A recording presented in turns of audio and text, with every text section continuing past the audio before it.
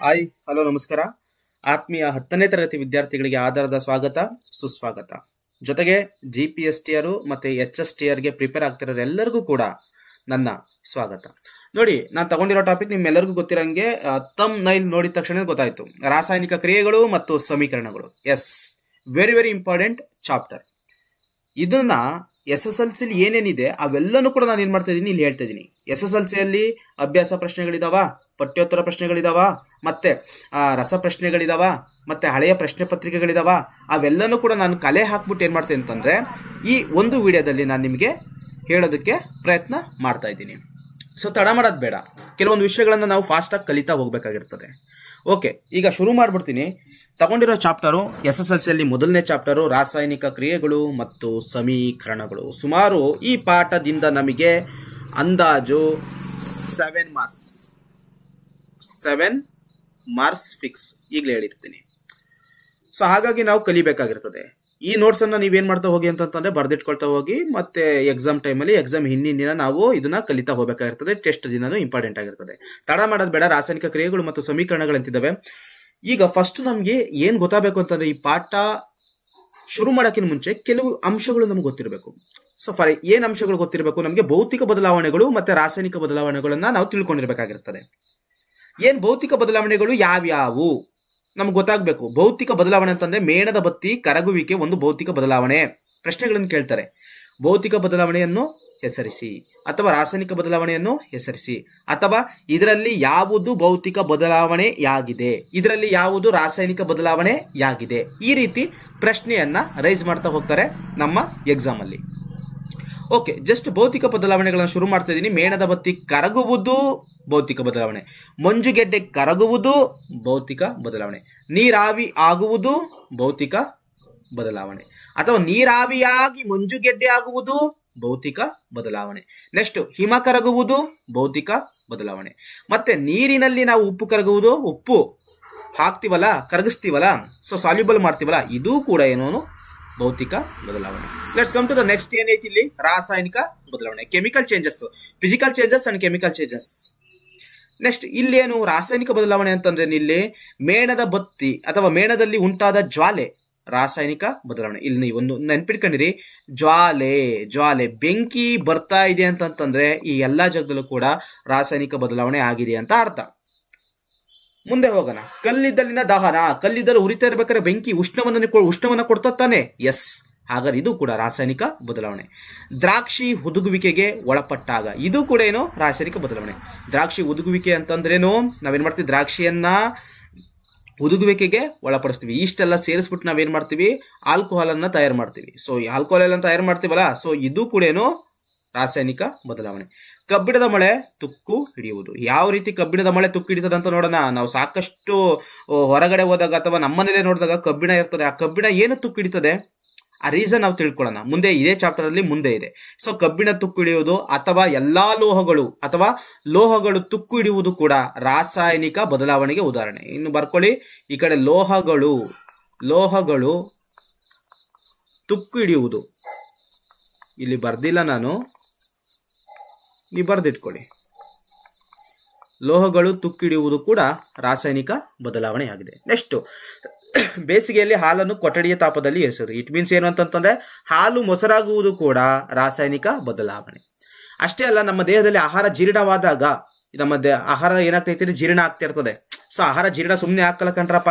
Pepsin, trypsin, lipase, HCl ಇವೆಲ್ಲಾ ಆಮ್ಲಗಳು ಸೇರ್ಕೊಂಡು ಏನ್ ಮಾಡ್ತವೆ, ಆಹಾರವನ್ನ ಜೀರ್ಣಕ್ರಿಯೆ ಮಾಡ್ತವೆ.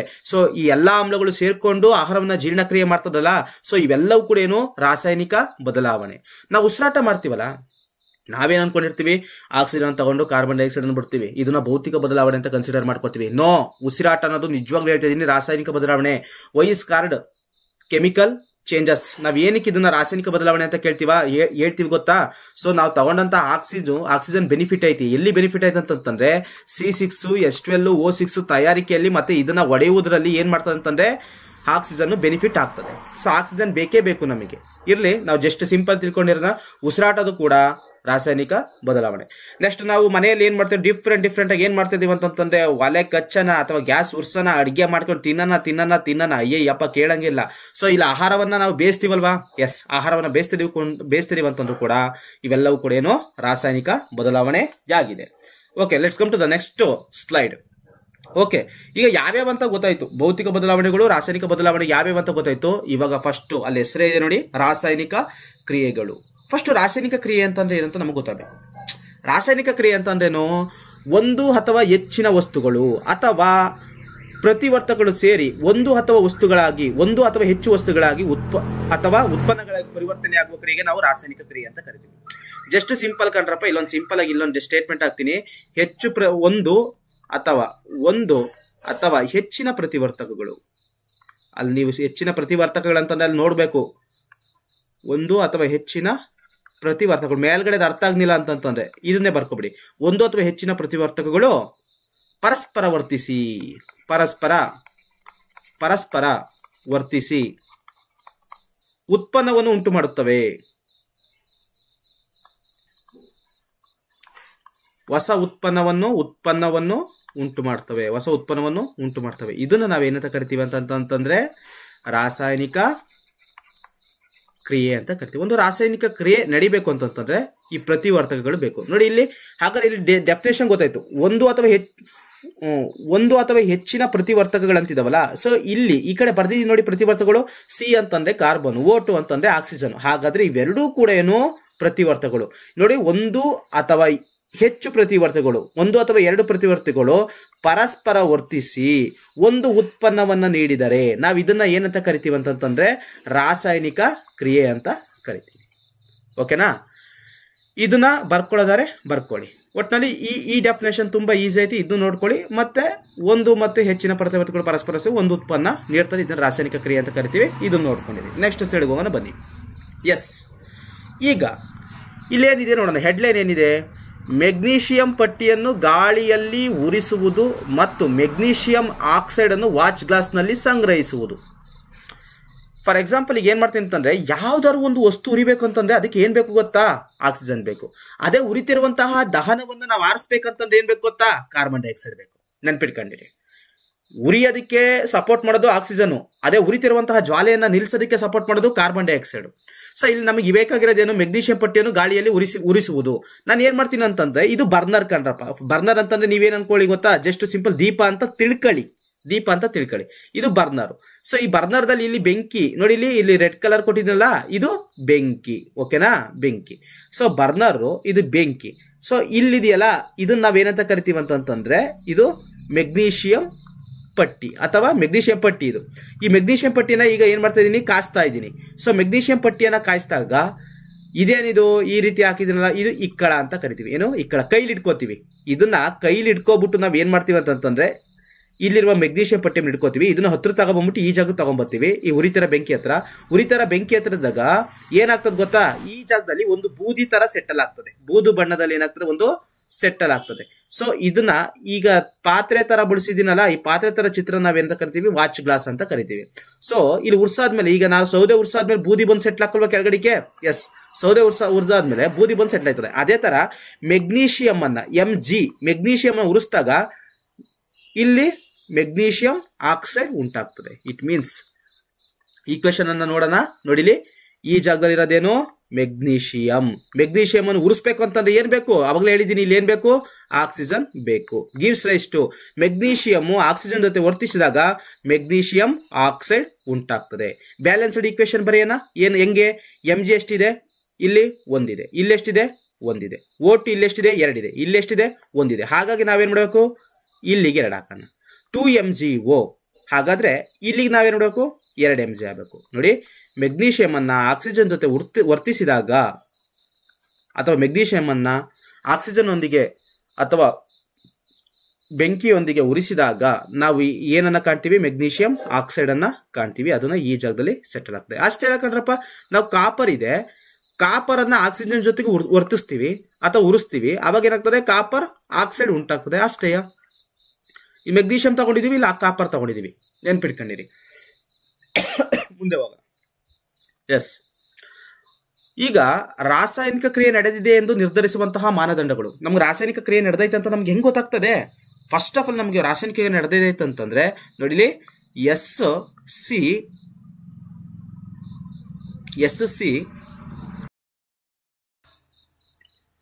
T G ನೆನ್ಪಿಟ್ಕೊಂಡಿರಿ. ನೋಡಿ ನೆನ್ಪಿಟ್ಕೊಂಡಿರಿ, ಎಸ್ ಅಂತಂದ್ರೆ ಸ್ಥಿತಿ ಬದಲಾವಣೆ ಆಗಬೇಕು. ಒಂದು ರಾಸಾಯನಿಕ ಕ್ರಿಯೆ ನಡೆದಿದೆ ಅಂತಂದ್ರೆ ಸ್ಥಿತಿ ಬದಲಾವಣೆ. ಸಿ ಅಂತಂದ್ರೆ ಕಲರ್ ಬಣ್ಣ ಬದಲಾವಣೆ ಆಗಬೇಕು. ಟಿ ಅಂತಂದ್ರೆ ಟೆಂಪರೇಚರ್ ಅಂದ್ರೆ ತಾಪದಲ್ಲಿ ಬದಲಾವಣೆ ಆಗಬೇಕು. ಜಿ ಅಂತಂದ್ರೆ ಗ್ಯಾಸ್ ಬಿಡುಗಡೆ ಆಗಬೇಕು. ಎಸ್ ಸಿ ಟಿ ಜಿ ನೆನ್ಪಿಟ್ಕೊಂಡಿರಿ. ಎಸ್ ಅಂತಂದ್ರೆ ಸ್ಥಿತಿ ಬದಲಾವಣೆ ಆಗಬೇಕು. ರಾಸಾಯನಿಕ ಕ್ರಿಯೆ ನಡೆದಿದೆ ಅಂತಂದ್ರೆ ನಮಗೆ ಗೊತ್ತಾಗೋದು ಮಾನದಂಡಗಳು. ನೆಕ್ಸ್ಟ್ ಬಣ್ಣ ಬದಲಾವಣೆ. ನೆಕ್ಸ್ಟ್ ಟಿ ಅಂತಂದ್ರೆ ತಾಪದಲ್ಲಿ ಬದಲಾವಣೆ. ಜಿ ಅಂತಂದ್ರೆ ಅನಿಲ ಬಿಡುಗಡೆ ಆಗಬೇಕು. ಇವೆಲ್ಲವೂ ಆಗಿದೆ ಅಂತಂದ್ರೆ ರಾಸಾಯನಿಕ ಕ್ರಿಯೆ ನಡೆದಿದೆ ಅಂತ ಅರ್ಥ. ನೆನ್ಪಿಟ್ಕೊಂಡಿರಿ. Okay, let's come to the next slide. Yes, ಇಲ್ಲಿ ಕ್ವಶನ್ ಅರ್ಥ ಮಾಡ್ಕೊಳ್ಳೋಣ. ಸತುವಿನ ಮೇಲೆ ಸಾರರಿಕ್ತ ಸಲ್ಫ್ಯೂರಿಕ್ ಆಮ್ಲದ ವರ್ತನೆಯಿಂದ ಹೈಡ್ರೋಜನ್ ಅನಿಲ ಉಂಟಾಗುವಿಕೆ. ಸತು ಅಂತಂದ್ರೆ ಏನಪ್ಪಾ? ZN, ಹೌದಲ್ವಾ? ಸೊ ರಿಯಾಕ್ಟೆಡ್ ವಿತ್ ಸಲ್ಫ್ಯೂರಿಕ್ ಆಮ್ಲ ಅಂತಂದ್ರೇನು? H2SO4 ನೆನ್ಪಿಟ್ಕೊಂಡಿರಿ. ಜಿಂಕ್ ಜೊತೆ ಸಲ್ಫ್ಯೂರಿಕ್ ಆಮ್ಲವನ್ನು ವರ್ತಿಸಿದಾಗ ಈಗ ನಾನೇನ್ ಮಾಡ್ತೀನಿ ಅಂತ ಗೊತ್ತಾ? ಏನ್ ಉಂಟಾಗ್ತದೆ ಅಂತ ಕೇಳಿ, ಹೈಡ್ರೋಜನ್ ಅನಿಲ ಉಂಟಾಗುವಿಕೆ. ಎಸ್, ಹೈಡ್ರೋಜನ್ ಅನಿಲ ಉಂಟಾಗ್ತದೆ. ಯಾವ ತರ ಅಂತ ಹೇಳ್ತೀನಿ. ಈಗ ಫಸ್ಟ್ ನಾನು ಏನ್ ತಗೊಂಡಿದ್ದೀನಿ? ಕಾನಿಕಲ್ ಫ್ಲಾಸ್ಕ್ ಅನ್ನ ತಗೊಂಡಿದ್ದೀನಿ. ಇಲ್ಲಿ ಇದು ಹಾಕಿದ್ದೀನಲ್ಲ, ಇದೇನ್ ಗೊತ್ತಾ? ಸಾರರಿಕ್ತ ಸಲ್ಫ್ಯೂರಿಕ್ ಆಮ್ಲ. ಇಲ್ಲಿ ಇವೆಲ್ಲ ಏನು? ಸತುವಿನ ಚೂರುಗಳು. ಇದು H2SO4, ಇದೇನು ZN, ಇದೇನಿದು ಕೋನಿಕಲ್ ಫ್ಲಾಸ್ಕ್, ಇದೇನಿದು ಗಾಜಿನ ನಳಿಕೆ, ಇದೇನಿದು ರಬ್ಬರ್ ಕಾರ್ಕು. ಸೊ ಇಲ್ಲಿ ಏನು? H2 ಅನಿಲ. ಸೊ ಇಲ್ಲಿ ಏನಾಗ್ತದೆ? H2 ಅನಿಲ ಹಿಂಗೆ ಹೊರಗಡೆ ಹಿಂಗ್ ಹೋಗ್ತದೆ. ಸೊ ಈಗ ಈ ಜಾಗದಲ್ಲಿ ಸಾರಯುಕ್ತ ಸಲ್ಫ್ಯೂರಿಕ್ ಆಮ್ಲ ಹಾಕಿರ್ತೀನಿ. ಇದಕ್ಕೆ ನಾನು ಏನ್ ಮಾಡ್ತೀನಿ ಅಂತಂದ್ರೆ ಸ್ವಲ್ಪ ಪ್ರಮಾಣದಲ್ಲಿ ಸತು ಹಾಕ್ತೀನಿ, ಹೈಡ್ರೋಜನ್ ಅನಿಲ ಬಿಡುಗಡೆ ಆಗ್ತದೆ. ಸೊ ಈಕ್ವೇಶನ್ ಬರೆಯದಾರೆ, ZN plus H2SO4 gives rise to ZnSO4 plus H2 gas produced. ನೆನ್ಪಿಟ್ಕೊಂಡಿರಿ. ಸೊ ಈಕ್ವೇಶನ್ ನೆನ್ಪಿಟ್ಕೊಂಡಿರಿ. ಸತುವಿನೊಂದಿಗೆ ಸಲ್ಫ್ಯೂರಿಕ್ ಆಮ್ಲದ ವರ್ತನೆ ಆದಾಗ ಜಿಂಕ್ ಸಲ್ಫೇಟ್ ಆಗ್ತದೆ ಮತ್ತೆ ಹೈಡ್ರೋಜನ್ ಅನಿಲ ಬಿಡುಗಡೆ ಆಗ್ತದೆ. ಈ ಚಿತ್ರವನ್ನ ಕಲ್ತ್ಕೊಳ್ಳಿ. ಓಕೆ, ಮುಂದೆ ಹೋಗೋಣ. ಎಸ್, ರಾಸಾಯನಿಕ ಸಮೀಕರಣ ಎಂದರೇನು? ರಾಸಾಯನಿಕ ಕ್ರಿಯೆ ಅಂತಂದ್ರೆ ಏನಂತ ಗೊತ್ತಾಯ್ತಲ್ವಾ? ರಾಸಾಯನಿಕ ಕ್ರಿಯೆ ಅಂತಂದ್ರೆ ಏನ್ರಪ್ಪ? ಎರಡು ಅಥವಾ ಹೆಚ್ಚಿನ ಪ್ರತಿವರ್ತಗಳು ಪರಸ್ಪರ ವರ್ತಿಸಿ ಒಂದು ಉತ್ಪನ್ನವನ್ನ ಕೊಟ್ರೆ ಅದನ್ನ ರಾಸಾಯನಿಕ ಕ್ರಿಯೆ ಅಂತ ಕರಿತೀವಿ. ರಾಸಾಯನಿಕ ಸಮೀಕರಣ ಅಂತಂದ್ರೆ ಏನಿಲ್ಲ. ಸಮೀಕರಣ ಅಂತಂದ್ರೆ ಸಾಂಕೇತಿಕ ಅನ್ನೋದು ನೆನ್ಪಿಟ್ಕೊಂಡಿರಿ. ಸಮೀಕರಣ ಅಂತಂದ್ರೇನು? ಸಾಂಕೇತಿಕ. Just simple. ಯಾಕೆ ಸಾಂಕೇತಿಕ ಅಂತ ಹೇಳಿದೆ ಗೊತ್ತಾ? ಒಂದು ರಾಸಾಯನಿಕ ಕ್ರಿಯೆಯಲ್ಲಿ ಪ್ರತಿವರ್ತಕಗಳು ಮತ್ತು ಉತ್ಪನ್ನಗಳನ್ನ ಸಾಂಕೇತಿಕವಾಗಿ ಪ್ರತಿನಿಧಿಸುವ ನಾವೇನಂತ ಕರಿತೀವಿ? ರಾಸಾಯನಿಕ ಸಮೀಕರಣ ಅಂತ ಕರಿತೀವಿ. ಸಾಂಕೇತಿಕವಾಗಿ ನಿರೂಪಿಸ್ತೀವಿ. ಫಾರ್ ಎಕ್ಸಾಂಪಲ್, ಮೆಗ್ನೀಷಿಯಂ ಇದೆ ಮತ್ತೆ ಆಕ್ಸಿಜನ್ ಇದೆ. ಇದನ್ನ ನಾನು ಏನ್ ಮಾಡ್ತೀನಿ? ಏನು ಉಂಟಾಗ್ತದೆ? ಮೆಗ್ನೀಷಿಯಂ ಆಕ್ಸೈಡ್ ಉಂಟಾಗ್ತದೆ. ಇವೆರಡು ಕೂಡ ಏನರಪ್ಪ? ಪ್ರತಿವರ್ತಕಗಳು. ಇದನ್ನ ಸಾಂಕೇತಿಕವಾಗಿ ನಿರೂಪಿಸೋದು ಅಂತಂದ್ರೇನು ಅಥವಾ ಪ್ರತಿನಿಧಿಸೋದು ಅಂತಂದ್ರೇನು? Mg ತಗೊಂಡಿದ್ದೀನಿ. ಸಾಂಕೇತಿಕವಾಗಿ ಹೇಳ್ತಾ ಇದೀನಿ. ಆಕ್ಸಿಜನ್ ನ O2 ಅಂತ ಹೇಳ್ತಾ ಇದೀನಿ. ಸೊ ಇದನ್ನ ಈಗ ಏನ್ ಉಂಟಾಗೈತೆ? ಮೆಗ್ನೀಷಿಯಂ ಆಕ್ಸೈಡ್ ಉಂಟಾಗ್ತದೆ. ಇದನ್ನ ಸಾಂಕೇತಿಕವಾಗಿ ರೂಪಿಸೋದು ಅಂತ ಹೇಳ್ತಾ ಇರೋದು. ಸೊ ಈಕ್ವೇಶನ್ ನ ಬ್ಯಾಲೆನ್ಸ್ ಮಾಡಿ. ಸಾಮಾನ್ಯ 2 Mg ಇದಾವೆ, ಅಂದ್ರೆ 2 ಪರಮಾಣುಗಳನ್ನು ಹೊಂದಿರುವಂತಹ ಮೆಗ್ನೀಷಿಯಂ ಇದೆ. ಇಲ್ಲೂ ಕೂಡ 2 ಪರಮಾಣುಗಳಿರುವಂತಹ ಮೆಗ್ನೀಷಿಯಂ ಇದೆ. ಇಲ್ಲಿ ಆಕ್ಸಿಜನ್ ಪರಮಾಣುಗಳ ಸಂಖ್ಯೆ 2 ಇದೆ. ಇಲ್ಲಿ ಆಕ್ಸಿಜನ್ ಪರಮಾಣುಗಳ ಸಂಖ್ಯೆ ಎಷ್ಟಿದೆ? ಇಲ್ಲಿ 1 ಇದೆ ಅಂತ ತಿಳ್ಕೊತೀರಾ? ಇಲ್ಲ, ಇಲ್ಲಿ 2 ಇದೆ. ಯಾಕೆ? ಇಲ್ಲಿರೋದನ್ನ ನಾವು ಕನ್ಸಿಡರ್ ಮಾಡಬೇಕು. ಇದು ಇದಕ್ಕೂ ಕೂಡ ಆಗುತ್ತೆ. ಹಾಗಾದ್ರೆ ಬ್ಯಾಲೆನ್ಸ್ಡ್ ಈಕ್ವೇಶನ್. ಈ ಮೆಗ್ನೀಷಿಯಂ ಆಕ್ಸೈಡ್ ಇದು ಕಚ್ಚಾ ರಾಸಾಯನಿಕ ಬದಲಾವಣೆ ಆಗಿದೆ. ಓಕೆ, ನೆಕ್ಸ್ಟ್ ಈಕ್ವೇಶನ್ಗಳು ವೆರಿ ವೆರಿ ಇಂಪಾರ್ಟೆಂಟ್. ಈಕ್ವೇಶನ್ಗಳನ್ನು ತಿಳ್ಕೊಬೇಕಾಗ್ತದೆ. ಯಾಕಂತ 2 or 3 ಮಾರ್ಕ್ಸ್ ನಮಗೆ ಕೇಳ್ತಾರೆ ಎಕ್ಸಾಮ್ ಅಲ್ಲಿ. ಈಕ್ವೇಶನ್ ಅನ್ನ ಎಷ್ಟು ಈಸಿ ಅಂತಂದ್ರೆ ತುಂಬಾ ಈಸಿ. ನಾವೇನ್ ಮಾಡ್ತೀವಿ? ಸಮೀಕರಣ ಅಂತಂದ್ರೆ ತುಂಬಾ ಕಷ್ಟ ಆಯ್ತಪ್ಪ, ಕೆಮಿಸ್ಟ್ರಿ ಈಕ್ವೇಶನ್ ಬರೆಯಕ್ಕೆ ಆಗೋದಿಲ್ಲ, ಕಲಿಯಕ್ಕೂ ಆಗೋದಿಲ್ಲ, ತಲೆ ಕೆಟ್ಟೋಯ್ತದೆ ಅಂತ ಅಂತೀವಿ. ನಿಜ ಹೇಳ್ಬೇಕು ಅಂತಂದ್ರೆ ಎಲ್ಲಾ ಸಬ್ಜೆಕ್ಟ್ಗಿಂತ ಕೆಮಿಸ್ಟ್ರಿನೇ ಈಸಿ. ಬಟ್ ನಮಗೆ ಲೋಹಗಳ ಪಾಠ ಗೊತ್ತಿರಬೇಕು, ಪರಮಾಣುವಿನ ಪಾಠ ಗೊತ್ತಿರಬೇಕು. ಆ ಪಾಠ ಗೊತ್ತಿರೋ ಆಟೋಮೆಟಿಕ್ ಆಗಿ ಈ ಪಾಠ ತುಂಬಾ ಈಸಿ ಆಗ್ತದೆ. ಇರ್ಲಿ, ರಾಸಾಯನಿಕ ಸಮೀಕರಣವನ್ನು ಬರೆಯುವ ವಿಧಾನ ಇದೆ.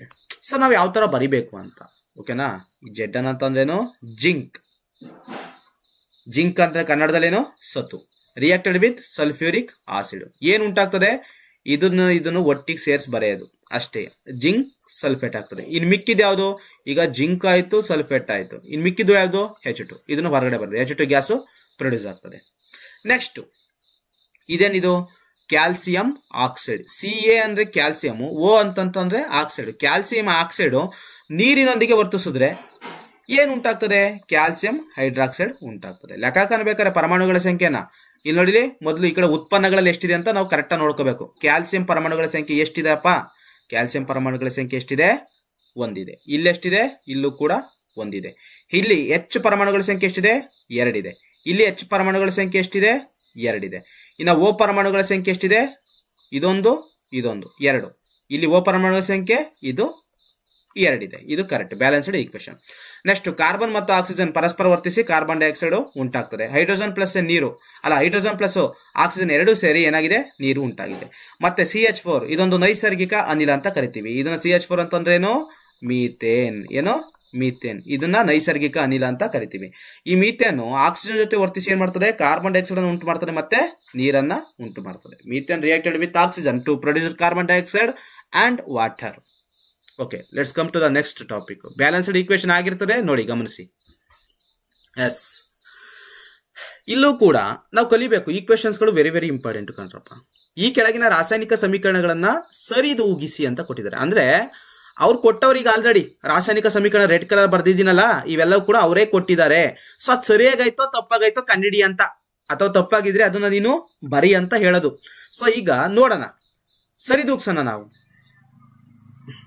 ಹೆಂಗೆ? HNO3 ಕ್ಯಾಲ್ಸಿಯಂ ಹೈಡ್ರಾಕ್ಸೈಡ್ ಜೊತೆ ರಿಯಾಕ್ಟ್ ಮಾಡಿದಾಗ ಕ್ಯಾಲ್ಸಿಯಂ ನೈಟ್ರೇಟ್ ಉಂಟಾಗ್ತದೆ ಪ್ಲಸ್ ನೀರು ಉಂಟಾಗ್ತದೆ. ಹೌದಲ್ವಾ? ಈ ಈಕ್ವೇಶನ್ ಕರೆಕ್ಟ್ ಆಯ್ತಾ ನೋಡೋಣ. ನೋಡಿ,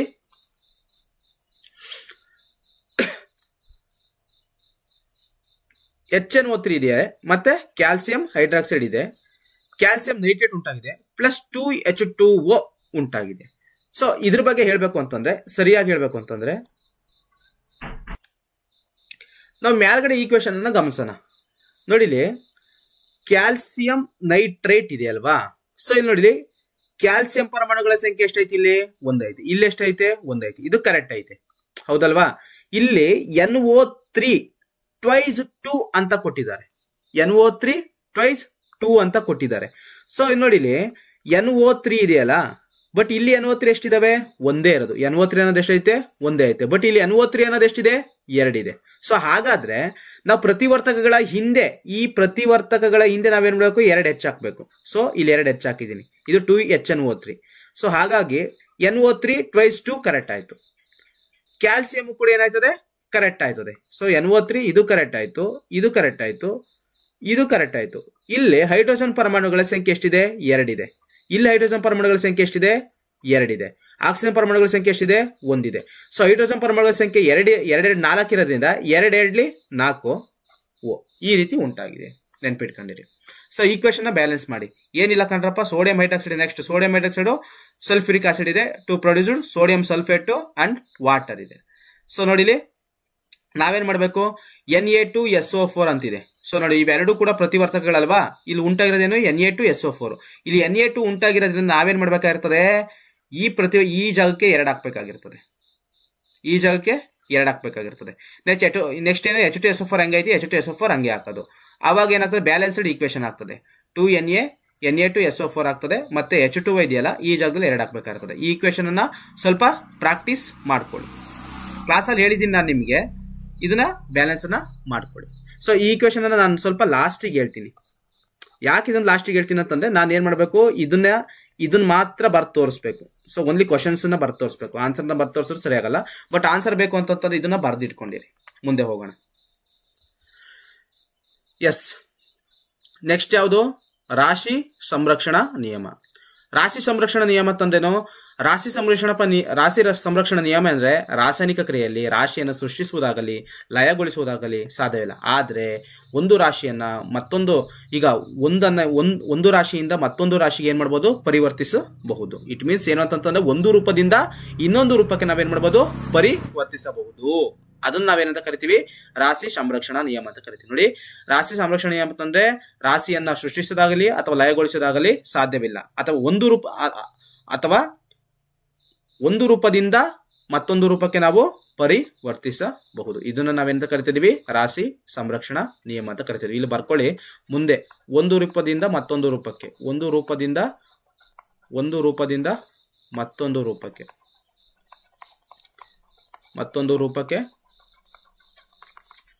ಪರಿವರ್ತಿಸಬಹುದು. ಇದನ್ನ ನಾವೆಂತ ಕರಿತೀವಿ? ರಾಶಿ ಸಂರಕ್ಷಣಾ ನಿಯಮ ಅಂತ ಕರಿತೀವಿ. ನೆಕ್ಸ್ಟ್ ಕ್ವಶನ್ ಏನಿದೆ? ಪ್ರಮಾದ ಮತ್ತು ಪ್ರಯತ್ನ ವಿಧಾನ ಎಂದರೇನು? ಹಿಟ್ ಅಂಡ್ ಟ್ರಯಲ್ ಥಿಯರಿ ಅಂತ ಕರೀತಾರೆ. ಹಿಟ್ ಅಂಡ್ ಟ್ರಯಲ್ ಮೆಥಡ್ ಅಂತ ಕೇಳ್ತಾರೆ. ಏನಪ್ಪ ಪ್ರಮಾದ ಪ್ರಯತ್ನ ವಿಧಾನ ಅಂದ್ರೆ? ಜಸ್ಟ್ ಸಿಂಪಲ್, ರಾಸಾಯನಿಕ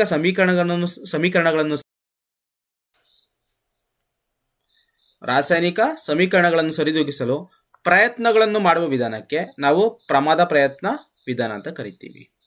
ನೆಕ್ಸ್ಟ್ ಕ್ವಶನ್ ಇಲ್ಲಿದೆ ನೋಡಿ. ಕಬ್ಬಿಣವು ತೇವಾಂಶಪೂರಿತ ವಾತಾವರಣದಲ್ಲಿ ತೆರೆದಿಟ್ಟಾಗ ಉಂಟಾಗುವ ಸಂಯುಕ್ತ ಯಾವುದು? ಕಬ್ಬಿಣದ ಡೈಆಕ್ಸೈಡು. ಏನಿಲ್ಲ, ಕಬ್ಬಿಣ ಇದೆ ಅಂತೆ. ಸೊ ಆ ಕಬ್ಬಿಣಕ್ಕೆ ತೇವಾಂಶಪೂರಿತ ಅಂತಂದ್ರೆ ಆಕ್ಸಿಜನ್ ಜೊತೆ ವರ್ತಿಸಿ ಏನು ಉಂಟಾಗ್ತೈತೆ? FeO2 ಉಂಟಾಗ್ತೈತೆ. ಇದನ್ನ ಕಬ್ಬಿಣದ ಡೈ, ಎರಡು ಅಂತಂದ್ರೆ ಡೈ ಆಕ್ಸೈಡ್ ನೆನ್ಪಿಟ್ಕೊಂಡಿರಿ. ಈ ರೀತಿ ಉಂಟಾಗ್ತೈತಿ. ಇದನ್ನ ಈ ರೀತಿನೇ ಬರೀಬಹುದು, FeO2 ಅಂತ ಬರೋದು. ನೆಕ್ಸ್ಟ್, ಕಲ್ಲಿದ್ದಲಿನ ದಹನವು ಈ ಡ್ಯಾಶ್ ಬದಲಾವಣೆಗೆ ಉದಾಹರಣೆ ಆಗಿದೆ. ಯಾವ ಬದಲಾವಣೆ ಯಾವುದು? ಕಲ್ಲಿದ್ದಲಿನ ರಾಸಾಯನಿಕ ಬದಲಾವಣೆ. ಅದೇ ಕಲ್ಲಿದ್ದಲನ್ನ ನಾನು ಕಟ್ ಮಾಡ್ತೀನಿ ಅಂತ ತಿಳ್ಕೊಳ್ಳಿ, ಅದು ಉರ್ಸಕ್ಕಲ್ಲ. ಸುಮ್ಮನೆ ಇಷ್ಟುದು ಕಲ್ಲಿದ್ದಲ ಇದೆ, ಅದನ್ನ ಕಟ್ ಮಾಡ್ತೀನಿ, ಅದು ಭೌತ ಬದಲಾವಣೆ. ಅದನ್ನ ಉರ್ಸಿದ್ರೆ ರಾಸಾಯನಿಕ ಬದಲಾವಣೆ ಆಗ್ತದೆ. ಮುಂದೆ ಹೋಗೋಣ. ಇನ್ನು ರಾಸಾಯನಿಕ ಕ್ರಿಯೆಗಳ ವಿಧಗಳು, ವೆರಿ ವೆರಿ ಇಂಪಾರ್ಟೆಂಟ್. ರಾಸಾಯನಿಕ ಕ್ರಿಯೆಗಳ ವಿಧಗಳು ಎಷ್ಟಿದಾವೆ? 5 ಇದಾವೆ. ಒಂದು ಸಂಯೋಗ ಕ್ರಿಯೆ, ವಿಭಜನ ಕ್ರಿಯೆ, ಸ್ಥಾನ ಪಲ್ಲಟ, ದ್ವಿಸ್ಥಾನ ಪಲ್ಲಟ, ಉತ್ಕರ್ಷಣೆ ಮತ್ತು ಅಪಕರ್ಷಣ ಕ್ರಿಯೆ. ಅದ್ರಲ್ಲಿ ಒಂದೊಂದ್ರ ಬಗ್ಗೆ ಕೂಡ ನಾವು ಏನ್ ಮಾಡ್ತಾ ಹೋಗೋಣ? ಸ್ಟಡಿ ಮಾಡ್ತಾ ಹೋಗೋಣ. ಸೊ ಯಾವುದು? ಮೊದಲನೇದು ಸಂಯೋಗ ಕ್ರಿಯೆ. ಇದನ್ನ ಇಂಗ್ಲಿಷ್ ಅಲ್ಲಿ ನಾವೇನಂತ ಕರಿತೀವಿ ಅಂತಂದ್ರೆ ಕಾಂಬಿನೇಷನ್ ರಿಯಾಕ್ಷನ್ ಅಂತ ಕರಿತೀವಿ. ಸಂಯೋಗ ಅಂತಂದೇನು? ಜೊತೆಯಾಗುವಂಥದ್ದು. ಸಂಯೋಗ ಜೊತೆಯಾಗುವಂಥದ್ದು, ಸಂಯೋಜನೆ ಆಗುವಂಥದ್ದು. ಹಾಗಾದ್ರೆ ಇಲ್ಲಿ ಏನೇನು ಸಂಯೋಜನೆ ಆಗ್ತದೆ ಅಂತ ನೋಡೋಣ. ಸಂಯೋಗ ಕ್ರಿಯೆ ಅಂತಂದ್ರೆ ಯಾವ ರಾಸಾಯನಿಕ ಕ್ರಿಯೆಯಲ್ಲಿ ಎರಡು ಅಥವಾ ಹೆಚ್ಚು ಪ್ರತಿವರ್ತಕಗಳು ಸೇರಿ ಒಂದು ಉತ್ಪನ್ನವನ್ನು ಉಂಟು ಮಾಡ್ತದೋ ಇದನ್ನ ನಾವೇನಂತ ಕರಿತೀವಿ ಅಂತಂದ್ರೆ ಸಂಯೋಗ ಕ್ರಿಯೆ ಅಂತ ಕರಿತೀವಿ. ಹಾಗಾದ್ರೆ ಬೆಸ್ಟ್ ಎಕ್ಸಾಂಪಲ್ ನೋಡಿ, ಕ್ಯಾಲ್ಸಿಯಂ ಆಕ್ಸೈಡ್ ಅನ್ನು ನಾವೇನಂತ ಕರಿತೀವಿ? ಕ್ಯಾಲ್ಸಿಯಂ ಆಕ್ಸೈಡ್ ಅನ್ನ ಸುಟ್ಟ ಸುಣ್ಣ ಅಂತ ಕರಿತೀವಿ. ಏನಂತ ಕರಿತೀವಿ? ಸುಟ್ಟ ಸುಣ್ಣ. ಅದೇ ಕ್ಯಾಲ್ಸಿಯಂ ಹೈಡ್ರಾಕ್ಸೈಡ್ ಅನ್ನು ನಾವೇನಂತ ಕರಿತೀವಿ? ಅರಳಿದ ಸುಣ್ಣ ಅಂತ ಕರಿತೀವಿ. ಅರಳಿದ ಸುಣ್ಣ ನೆನ್ಪಿಟ್ಕೊಂಡಿರಿ. ಒಂದು ಮಾರ್ಕ್ಸಿಗೆ ಕೇಳ್ತಾರೆ. ಸುಟ್ಟ ಸುಣ್ಣ ಯಾವುದು? Calcium oxide. ಅರಳಿದ ಸುಣ್ಣ ಯಾವುದು? Calcium hydroxide. ಸೊ ಓಕೆ, ಈಗ ಒಂದು ಅಥವಾ ಹೆಚ್ಚು ಪ್ರತಿವರ್ತಕಗಳು ಪರಸ್ಪರ ಸೇರಿ ಏನಾಗೈತೆ? ಒಂದು ಉತ್ಪನ್ನವನ್ನ ಕೊಡ್ತೈತೆ. ಇದನ್ನೇ ನಾವು ಸಂಯೋಗ ಕ್ರಿಯೆ ಅಂತ ಕರಿತೀವಿ. ಕ್ಯಾಲ್ಸಿಯಂ ಆಕ್ಸೈಡ್ ಏನು ಉಂಟು ಮಾಡ್ತೈತೆ? ಕ್ಯಾಲ್ಸಿಯಂ ಹೈಡ್ರಾಕ್ಸೈಡ್ ಅನ್ನ ಉಂಟು ಮಾಡ್ತೈತೆ, ಪ್ಲಸ್ ಉಷ್ಣವನ್ನ ಉಂಟು ಮಾಡ್ತೈತೆ. ಈ ಚಿತ್ರವನ್ನ ಕೊಟ್ಟಿದ್ರು ಯಾವುದಕ್ಕೆ? SA1 ಎಕ್ಸಾಮಿಗೆ, SSLC ಮಕ್ಕಳಿಗೆ 100% ಈ ಚಿತ್ರ ಕೊಟ್ಟಿದ್ರು, ಬೋರ್ಡ್ ಇಂದಾನೆ ಕೊಟ್ಟಿದ್ರು. ಸೊ ಅದಕ್ಕಾಗಿ ನಾವೇನ್ ಮಾಡಬೇಕು? ಈ ನೋಟ್ಸ್ ಅನ್ನ ರೆಫರ್ ಮಾಡಬೇಕಾಗಿರ್ತದೆ. ಈ ನೋಟ್ಸ್ ಅಲ್ಲೇ ಸಾಕಷ್ಟು ಮಾಹಿತಿ ಇರ್ತದೆ. ಇಲ್ಲಿರೋದನ್ನೇ ಕೇಳ್ತಾರೆ ಅನ್ನೋ ಭರವಸೆಯಲ್ಲಿ ನಾನು ನಿಮಗೆ ಹೇಳ್ತಿದ್ದೀನಿ. ಓಕೆ, ಇಲ್ಲಿ ನೋಡಿ, ಆ ಚಿತ್ರವನ್ನೇ ಹೇಳ್ತಿದ್ದಾರೆ. ಚಿತ್ರ ಏನ್ ಕೊಟ್ಟಿದ್ದಾರೆ? ಇದೊಂದು ಬೀಕರ್ ಅಲ್ವಾ? ಈ ಬೀಕರ್ಗೆ ಏನ್ ಹಾಕವ್ರೆ? ಇಲ್ಲಿ ಸಣ್ಣ ಸಣ್ಣಕ್ಕೆ ಏನ್ ಹಾಕಿದ್ದಾರೆ? ಕ್ಯಾಲ್ಸಿಯಂ ಆಕ್ಸೈಡ್ ಅನ್ನ ಹಾಕಿದ್ದಾರೆ. ಇದಕ್ಕೆ ಏನ್ ಹಾಕವ್ರೆ? ನೀರ್ ಹಾಕಿದ್ದಾರೆ. ಏನ್ ಉಂಟಾಗ್ತದಪ್ಪ? ಕ್ಯಾಲ್ಸಿಯಂ ಆಕ್ಸೈಡ್ ಮತ್ತೆ ನೀರ್ ಹಾಕಿದ್ರೆ ಇಲ್ಲೇ ಆಯ್ತಲ್ಲ. ಕ್ಯಾಲ್ಸಿಯಂ ಆಕ್ಸೈಡ್ ನೀರನ್ನ ಹಾಕಿದ್ರೆ ಏನಾಗ್ತದೆ? ಕ್ಯಾಲ್ಸಿಯಂ ಹೈಡ್ರಾಕ್ಸೈಡ್ ಉಂಟಾಗ್ತದೆ ಅಷ್ಟೇ. ನೀರಿನೊಂದಿಗೆ ಕ್ಯಾಲ್ಸಿಯಂ ಆಕ್ಸೈಡ್ ವರ್ತನೆಯಿಂದ ಅರಳಿದ ಸುಣ್ಣ ಉಂಟಾಗುವಿಕೆ. ಅರಳಿದ ಸುಣ್ಣ ಏನಾಗ್ತದೆ? ಉಂಟಾಗುವಿಕೆ. ಕ್ಯಾಲ್ಸಿಯಂ ಹೈಡ್ರಾಕ್ಸೈಡ್ ಅಂದ್ರೇನು? ಅರಳಿದ ಸುಣ್ಣ. ಮುಂದುವರೆಯೋಣ. ಕಲ್ಲಿದ್ದಲಿನ ದಹನ. ಸೊ ಕಲ್ಲಿದ್ದಲಿನ ದಹನದಿಂದ ನೋಡಿ, ಕಾರ್ಬನ್ ಮತ್ತೆ ಆಕ್ಸಿಜನ್ ಎರಡು ಕೂಡ ಏನಾಗ್ತೈತೆ? ಕಾರ್ಬನ್ ಉರಿಯೋದ್ರಿಂದ. ಫಾರ್ ಎಕ್ಸಾಂಪಲ್, ಯಾವುದೇ ಒಂದು ವಸ್ತುಗಳನ್ನು ತಗೊಂಡ್ರೆ, ಇಡೀ ಪ್ರಪಂಚದಲ್ಲಿ ಅತಿ ಹೆಚ್ಚು ಯಾವ್ದಾರ ಒಂದು ವಸ್ತು ತಗೋತೀವಿ ಅಂತಂದ್ರೆ ಅಲ್ಲಿ ಮೂಲ ವಸ್ತು ಜಾಸ್ತಿ ನಾವ್ ಯಾವ್ದು ಕಾಣ್ತೀವಿ ಅಂತಂದ್ರೆ ಕಾರ್ಬನ್ ಅನ್ನ ಕಾಣ್ತೀವಿ. ಈ ಕಾರ್ಬನ್ ಉರಿಬೇಕು ಅಂತಂದ್ರೆ ಏನ್ ಬೇಕು? ಆಕ್ಸಿಜನ್ ಬೇಕು. ಆಕ್ಸಿಜನ್ ಜೊತೆ ವರ್ತಿಸಿ ಏನನ್ನ ಉಂಟು ಮಾಡ್ತೈತೆ? ಕಾರ್ಬನ್ ಡೈಆಕ್ಸೈಡ್ ಅನ್ನ ಉಂಟು ಮಾಡ್ತೈತೆ. ಅದೇ ತರ ನಮ್ಗೆ ನೀರಿನ ಅಣುಸೂತ್ರ ಏನು? H2O. ಸೊ ಹೆಚ್ಚು ಪ್ರಮಾಣ ಎಷ್ಟೈತೆ? ಇಷ್ಟು ಪ್ರಮಾಣ 2. ಆಕ್ಸಿಜನ್ ಪ್ರಮಾಣ ಎಷ್ಟೈತೆ? 1 ಐತೆ. 2:1 ಅನುಪಾತದಲ್ಲಿ ಏನಿದೆ ಅಂತಂದ್ರೆ ನೀರಿದೆ. ಅಂದ್ರೆ ಹೈಡ್ರೋಜನ್ ಮತ್ತು ಆಕ್ಸಿಜನ್ ಪರಮಾಣುಗಳು ಇದಾವೆ. ಸೊ ಹೈಡ್ರೋಜನ್ ಮತ್ತು ಆಕ್ಸಿಜನ್ ಇರೋದ್ರಿಂದ ನಮಗೆ ನೀರು ಸಿಗ್ತೈತೆ.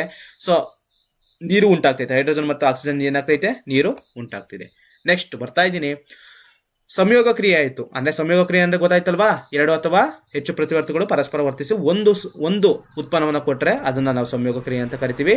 ಯಾವ್ಯಾವ ಅಂತ ನಾವು ಇಲ್ಲೇ ಗೊತ್ತಾಯ್ತು. ಇವೆಲ್ಲವೂ ಕೂಡ ಸಂಯೋಗ ಕ್ರಿಯೆ. ಇದು ಕೂಡ ಸಂಯೋಗ ಕ್ರಿಯೆ, ಇದು ಕೂಡ ಸಂಯೋಗ ಕ್ರಿಯೆ, ಇದು ಕೂಡ ಸಂಯೋಗ ಕ್ರಿಯೆ, ಇಲ್ಲಿರೋದು ಕೂಡ ಸಂಯೋಗ ಕ್ರಿಯೆ. ಇದನ್ನ ಎಕ್ಸಾಮ್ ಅಲ್ಲಿ ಕೇಳಿದ್ರು. Very very important, very very important. ಮುಂದೆ ಹೋಗೋಣ. ಏನು? ಬಹಿರುಷ್ಣಕ ಕ್ರಿಯೆ. ಏನಪ್ಪ ಬಹಿರುಷ್ಣಕ ಕ್ರಿಯೆ? ಅಲ್ಲೇ ಬರ್ದಿದ್ದೀನಿ ನೋಡಿ. ಏನಿದೆ? ಒಂದು ರಾಸಾಯನಿಕ ಕ್ರಿಯೆಯಲ್ಲಿ ಒಂದು ರಾಸಾಯನಿಕ ಕ್ರಿಯೆಯಲ್ಲಿ ಉತ್ಪನ್ನಗಳೊಂದಿಗೆ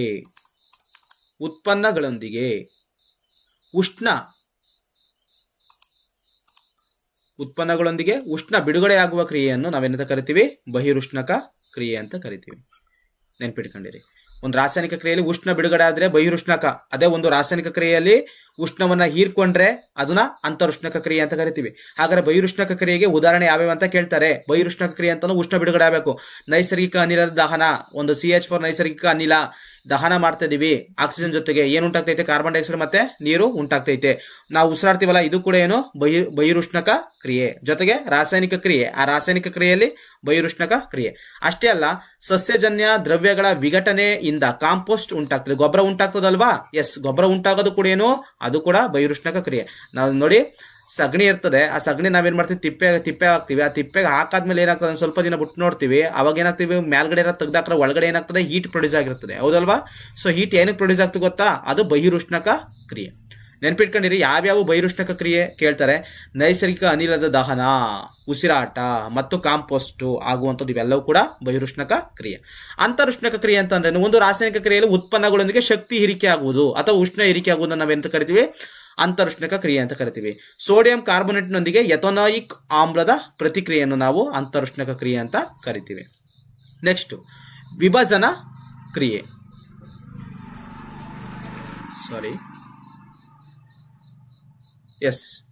ವಿಭಜನ ಕ್ರಿಯೆ.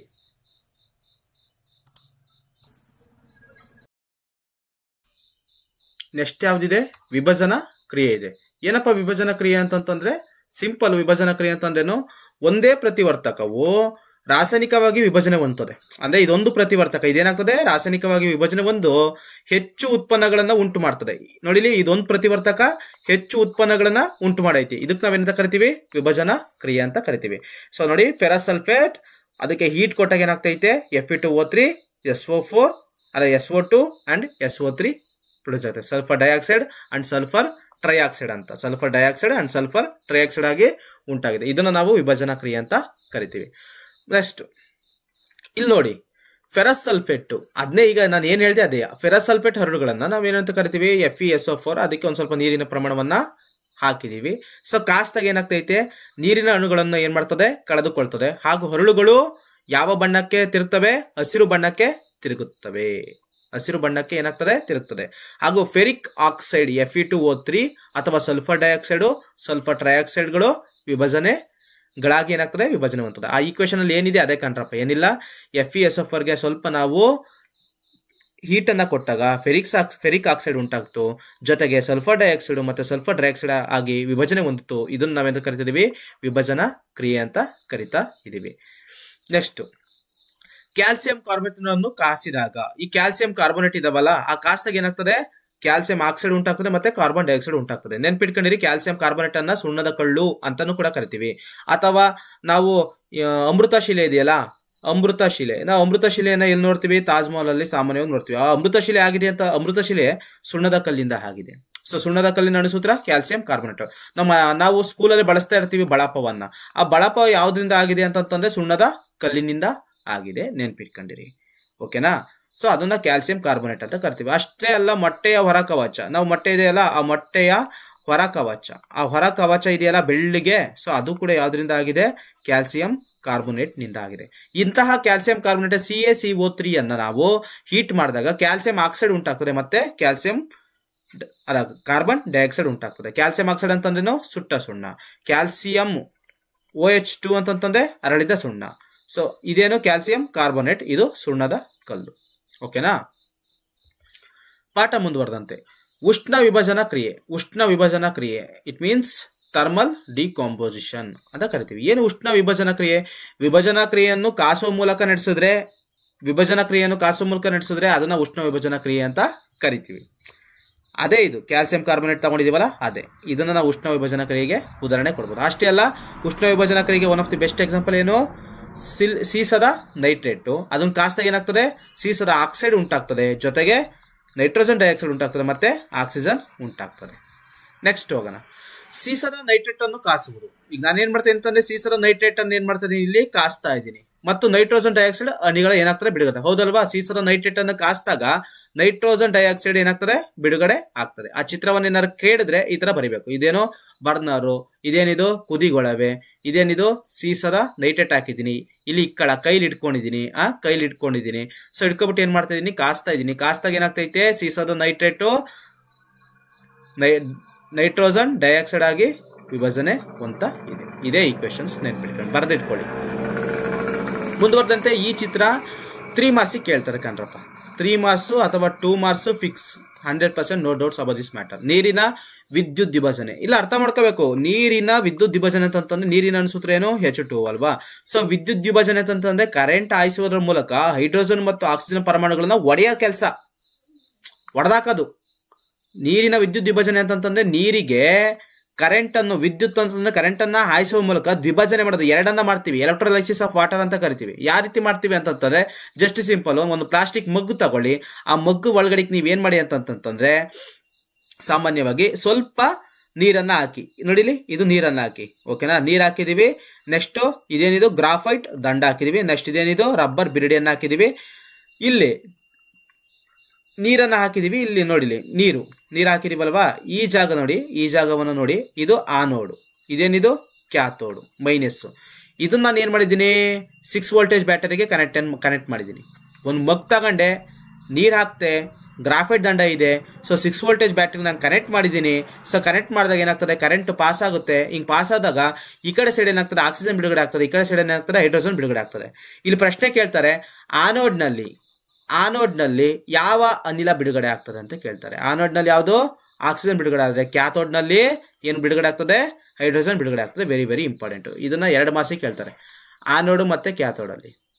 ಯಾಕೆ ಆನೋಡ್ ನಲ್ಲೇ ಆಕ್ಸಿಜನ್ ಪ್ರೊಡ್ಯೂಸ್ ಆಗಬೇಕು, ಯಾಕೆ ಕ್ಯಾಥೋಡ್ ನಲ್ಲೇ ಹೈಡ್ರೋಜನ್ ಪ್ರೊಡ್ಯೂಸ್ ಆಗಬೇಕು, ಕಂಡಿಟ್ಕೊಳ್ಳಿ ನೀವೇ, ಗೊತ್ತಾಗುತ್ತೆ.